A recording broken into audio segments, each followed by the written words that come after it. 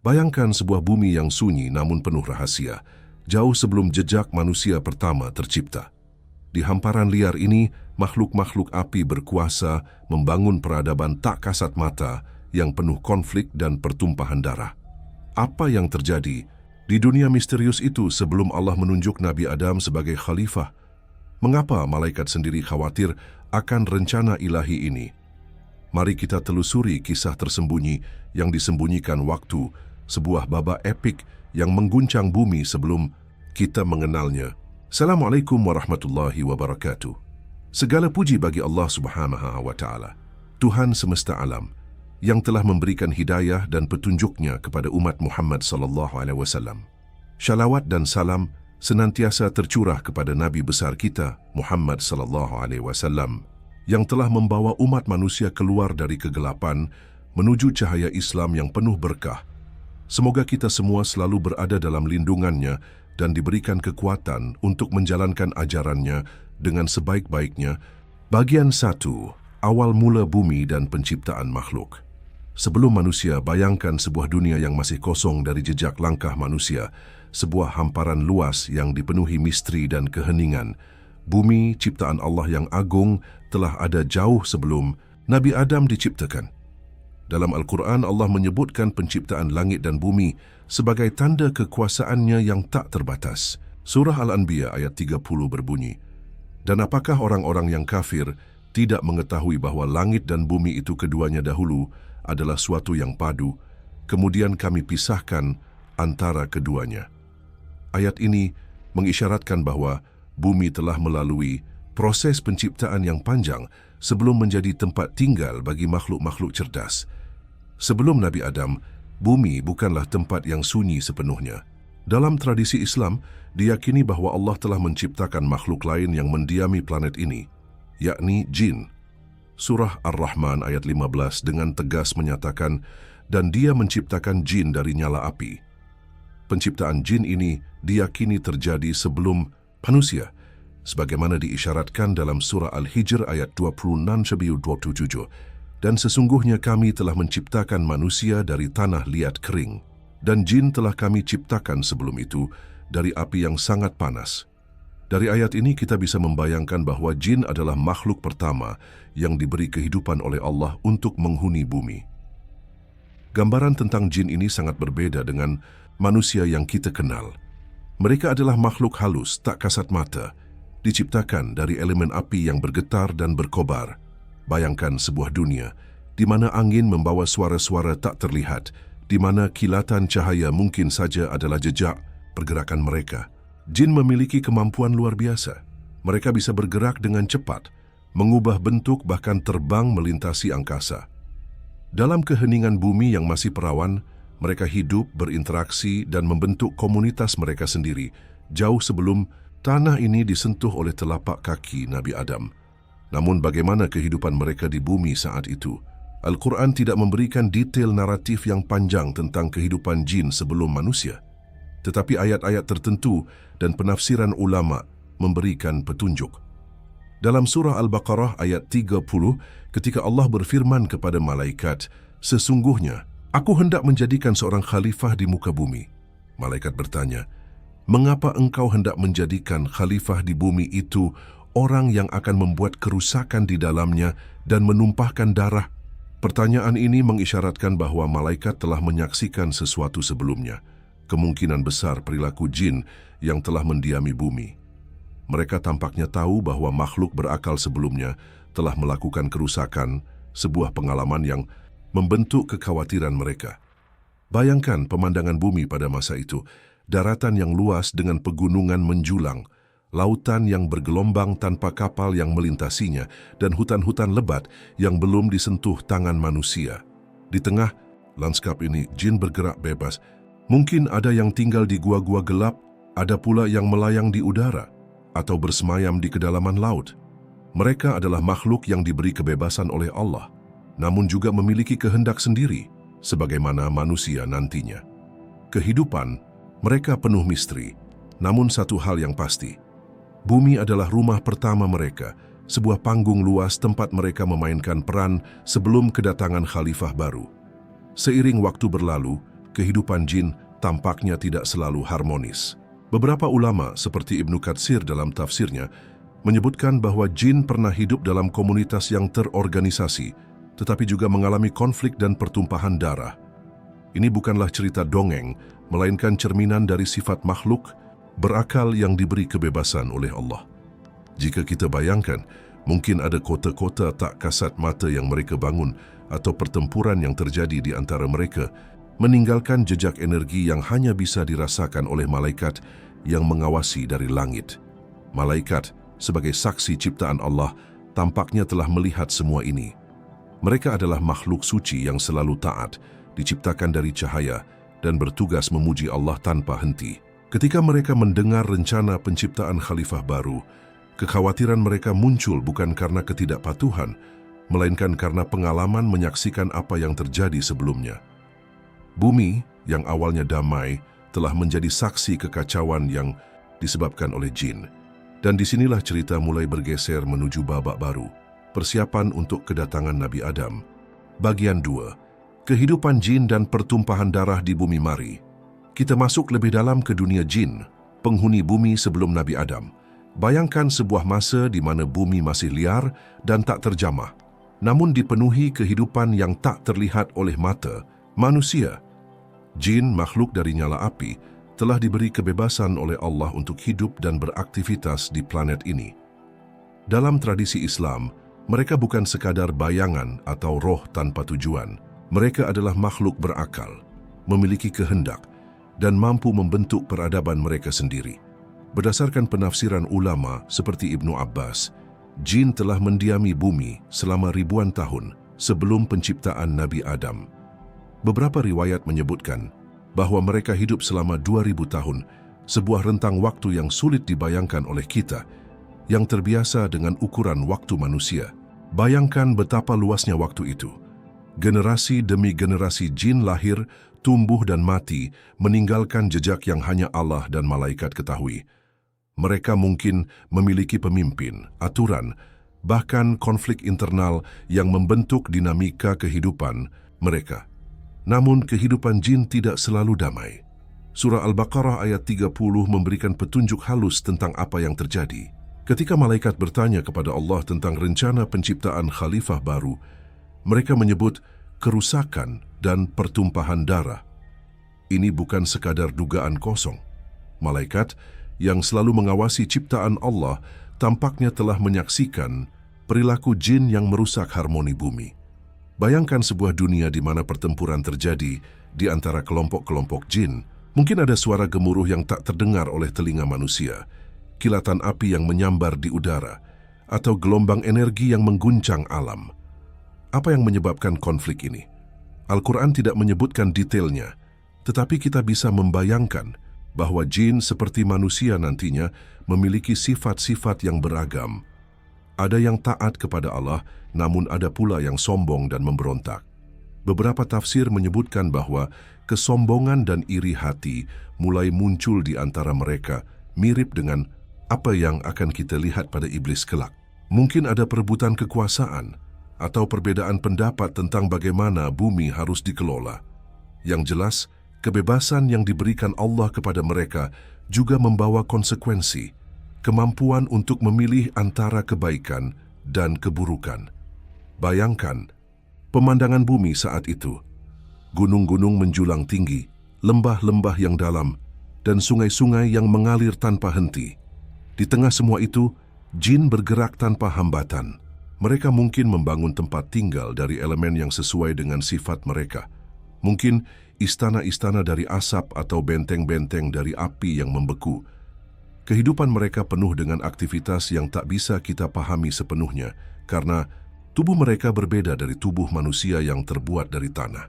Namun satu hal yang pasti, bumi menjadi saksi pertama dari akibat kebebasan makhluk berakal. Konflik di antara jin tampaknya mencapai puncaknya. Beberapa riwayat menyebutkan bahwa pertumpahan darah menjadi begitu parah sehingga Allah mengambil tindakan. Dalam tafsir klasik, dikatakan bahwa Allah mengutus bala tentara dari malaikat untuk menertibkan mereka. Bayangkan pasukan malaikat yang agung, bercahaya dan penuh kekuatan turun dari langit dengan perintah ilahi.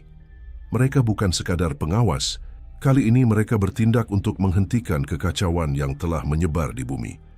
Jin yang memberontak diusir ke tempat-tempat terpencil, mungkin pulau-pulau terisolasi atau kedalaman lautan, sementara yang lain dihukum sesuai kehendak Allah. Pemandangan ini pasti menakjubkan sekaligus menakutkan. Malaikat, dengan sayap mereka yang berkilauan, bergerak cepat melintasi bumi, membawa keadilan ilahi. Jin yang sebelumnya merasa bebas, kini harus tunduk pada kekuatan yang jauh lebih besar. Bumi, yang tadinya dipenuhi suara pertempuran dan kekacauan, perlahan kembali hening. Namun keheningan ini bukanlah akhir melainkan awal dari babak baru. Allah telah memutuskan untuk menciptakan khalifah baru, sebuah makhluk yang akan membawa dimensi berbeda ke dalam kehidupan di bumi. Di tengah semua ini, iblis muncul sebagai tokoh penting. Dalam tradisi Islam, iblis awalnya adalah jin yang sangat taat. Ia beribadah kepada Allah selama ribuan tahun, bahkan diangkat ke langit karena ketaatannya. Bayangkan sosoknya, tinggi, berwibawa, dengan aura yang mencerminkan pengabdian panjang kepada Sang Pencipta. Namun, di balik ketaatannya, ada benih kesombongan yang belum terlihat. Ia menjadi saksi atas konflik di antara bangsanya, dan mungkin saja ia sendiri pernah memimpin atau terlibat dalam pertempuran itu. Ketika Allah memutuskan untuk menciptakan Nabi Adam, peran iblis akan segera berubah drastis. Bagian 3, dialog malaikat dan rencana penciptaan khalifah. Baru sekarang mari kita alihkan pandangan ke langit, tempat malaikat berkumpul dalam keagungan dan kesucian. Bayangkan sebuah majelis ilahi, di mana cahaya memenuhi ruang tanpa batas dan suara tasbih malaikat bergema tanpa henti. Mereka adalah makhluk yang sempurna dalam ketaatan, diciptakan dari nur, dan tugas mereka adalah memuji Allah serta melaksanakan perintahnya. Di tengah harmoni ini, Allah menyampaikan rencana besarnya, sebagaimana tercatat dalam surah Al-Baqarah ayat 30. Sesungguhnya aku hendak menjadikan seorang khalifah di muka bumi. Kata khalifah membawa makna mendalam. Ia bukan sekadar penghuni, tetapi pemimpin, pengelola dan pewaris tanggung jawab atas bumi. Bayangkan betapa mengejutkannya berita ini bagi malaikat. Mereka yang telah lama mengawasi bumi tahu apa yang telah terjadi sebelumnya. Jin dengan segala kebebasan, mereka telah meninggalkan jejak kerusakan dan pertumpahan darah.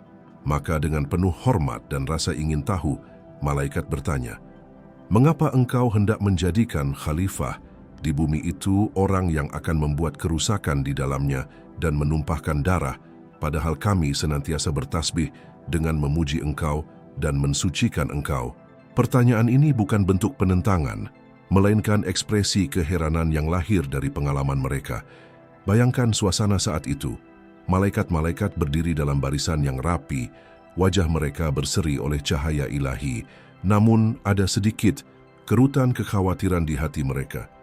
Mereka telah melihat bumi bergetar oleh konflik jin, mendengar jeritan yang tak terucap, dan menyaksikan darah, mungkin darah jin yang tak kasat mata, menggenangi tanah. Bagi mereka, bumi telah menjadi panggung kekacauan, dan penciptaan makhluk berakal baru tampak seperti risiko yang tak perlu. Allah, dengan kebijaksanaannya yang tak terjangkau, menjawab dengan lembut namun penuh wibawa. "Sesungguhnya, aku mengetahui apa yang tidak kamu ketahui." Kalimat ini adalah cerminan dari ilmu Allah yang mutlak. Bayangkan bagaimana suara itu bergema, membawa ketenangan sekaligus misteri. Malaikat, meski penuh kebijaksanaan, tidak bisa menembus tabir rencana Allah. Mereka hanya bisa menerima dengan hati yang tunduk bahwa ada hikmah besar di balik keputusan ini. Sementara itu, di bumi, sisa-sisa kehidupan jin mungkin masih ada. Setelah malaikat menertibkan mereka, banyak yang diusir ke tempat-tempat terpencil. Bayangkan pulau-pulau terisolasi di tengah lautan, gua-gua gelap di pegunungan, atau bahkan celah-celah di bawah tanah, tempat di mana jin yang tersisa bersemayam. Mereka tidak lagi berkuasa seperti dulu, tetapi keberadaan mereka tetap menjadi bagian dari ekosistem bumi. Ada yang mungkin menyesali perbuatan mereka, ada pula yang menyimpan dendam, menunggu waktu untuk kembali beraksi. Di langit, Allah mulai mempersiapkan penciptaan Nabi Adam. Proses ini bukanlah sesuatu yang biasa. Surah Al-Hijr ayat 28-29 menggambarkan, "Dan ingatlah, ketika Tuhanmu berfirman kepada malaikat, sesungguhnya aku akan menciptakan seorang manusia dari tanah liat kering yang berasal dari lumpur hitam yang diberi bentuk. Maka apabila aku telah menyempurnakan kejadiannya dan telah meniupkan ke dalamnya roh ciptaanku, maka tunduklah kamu kepadanya dengan bersujud." Bayangkan bagaimana malaikat menyaksikan proses ini. Tanah yang diambil dari bumi dibentuk dengan tangan Allah sendiri dan diberi kehidupan dengan roh ilahi.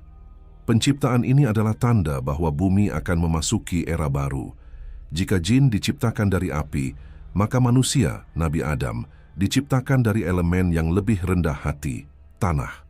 Bayangkan tanah itu, hitam, lembab, dan sederhana. Namun di dalamnya tersimpan potensi yang luar biasa. Allah membentuknya dengan penuh kasih sayang. Setiap detail tubuh Adam dirancang dengan sempurna. Malaikat mungkin bertanya-tanya dalam hati, bagaimana makhluk dari bahan yang begitu sederhana ini bisa menjadi khalifah?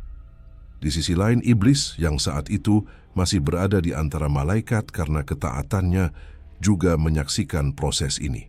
Bayangkan ekspresinya, campuran antara rasa kagum dan ketidakpastian. Ia telah hidup ribuan tahun, beribadah tanpa henti, dan merasa dirinya istimewa.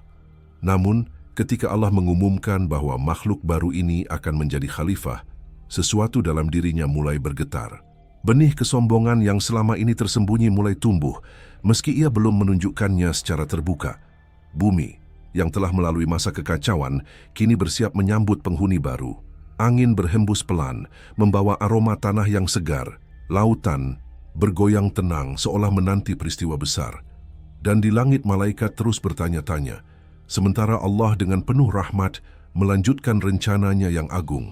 Bagian 4, transisi menuju era Nabi Adam akhirnya, kita sampai pada titik peralihan yang menentukan.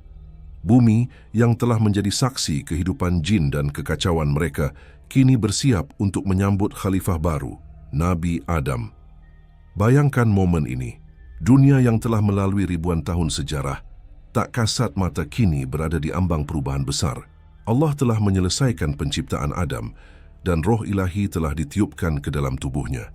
Surah Sad ayat 72 menggambarkan, maka apabila aku telah menyempurnakan kejadiannya dan telah meniupkan ke dalamnya roh ciptaanku, maka tunduklah kamu kepadanya dengan bersujud. Bayangkan saat roh itu masuk, tubuh tanah yang tadinya diam mulai bergerak, dada Adam naik turun dengan napas pertama, dan matanya terbuka untuk pertama kalinya. Ia bukan sekadar makhluk hidup, tetapi khalifah yang akan membawa misi baru ke bumi. Malaikat, dengan kagum dan taat, bersujud kepada Adam sebagai tanda penghormatan atas kehendak Allah. Pemandangan ini indah sekaligus penuh makna. Makhluk-makhluk, cahaya yang suci tunduk kepada makhluk dari tanah, sebuah simbol bahwa kebesaran bukan terletak pada bahan penciptaan, tetapi pada peran yang diberikan Allah. Namun, di tengah harmoni ini, ada satu pengecualian, iblis. Surah Al-Hijr ayat 31 menyebutkan, kecuali iblis. Ia enggan ikut bersama-sama mereka yang sujud. Bayangkan iblis berdiri tegak, wajahnya mengeras, sementara malaikat di sekitarnya bersujud. Ia menolak dengan alasan yang ia ungkapkan dalam surah Al-A'raf ayat 12. Aku lebih baik daripadanya. Engkau ciptakan aku dari api, sedangkan dia engkau ciptakan dari tanah. Kesombongan yang selama ini tersembunyi kini meledak, mengubahnya dari hamba yang taat menjadi musuh abadi manusia. Allah, dengan keadilannya, mengusir iblis dari langit. Surah Al-A'raf ayat 18 berbunyi, keluarlah kamu dari sana dalam keadaan terhina dan terusir. Bayangkan iblis jatuh dari ketinggian, tubuhnya yang dulu bercahaya kini dilingkupi kegelapan. Ia bersumpah untuk menggoda keturunan Adam, sebuah janji yang akan membentuk sejarah manusia selanjutnya. Sementara itu, Adam ditempatkan di surga terlebih dahulu sebelum akhirnya diturunkan ke bumi bersama Hawa akibat godaan iblis. Kisah yang kita kenal dalam surah Al-Baqarah ayat 35-36, bumi kini memasuki era baru. Jin yang dulu berkuasa, kini hanya menjadi bagian dari latar belakang. Mereka masih ada, hidup di dunia paralel yang tak terlihat, tetapi kekuasaan atas bumi telah beralih ke tangan manusia. Bayangkan perubahan ini. Dari dunia yang dikuasai, makhluk api menjadi panggung bagi makhluk tanah yang rapuh, namun penuh potensi. Alam tampaknya merespons. Burung-burung mulai berkicau, angin membawa harapan baru, dan bumi bersiap menjadi saksi perjalanan panjang umat manusia. Dari semua ini, kita belajar bahwa Allah memiliki rencana yang tak terduga. Jin, dengan segala kehebatan mereka, gagal menjaga amanah bumi. Adam, meski dari tanah yang sederhana, diberi tugas mulia sebagai khalifah. Bayangkan betapa luasnya hikmah Allah. Dari kekacauan menuju harmoni, dari kegagalan menuju harapan. Bumi dengan segala sejarahnya, kini menjadi milik kita, keturunan Adam, untuk dikelola dengan penuh tanggung jawab. Pernyataan, semua rangkaian gambar di cerita ini sepenuhnya adalah ilustrasi belaka, bukan gambar asli termasuk tokoh yang ada di dalamnya. Semoga kisah ini dapat menjadi pengingat untuk menjaga keimanan dan menghindari niat buruk dalam hati. Terima kasih telah mendengarkan cerita ini. Jika Anda menikmati cerita ini, jangan lupa untuk meninggalkan komentar, like, dan subscribe. Sampai jumpa di cerita menarik berikutnya. Wassalamualaikum warahmatullahi wabarakatuh.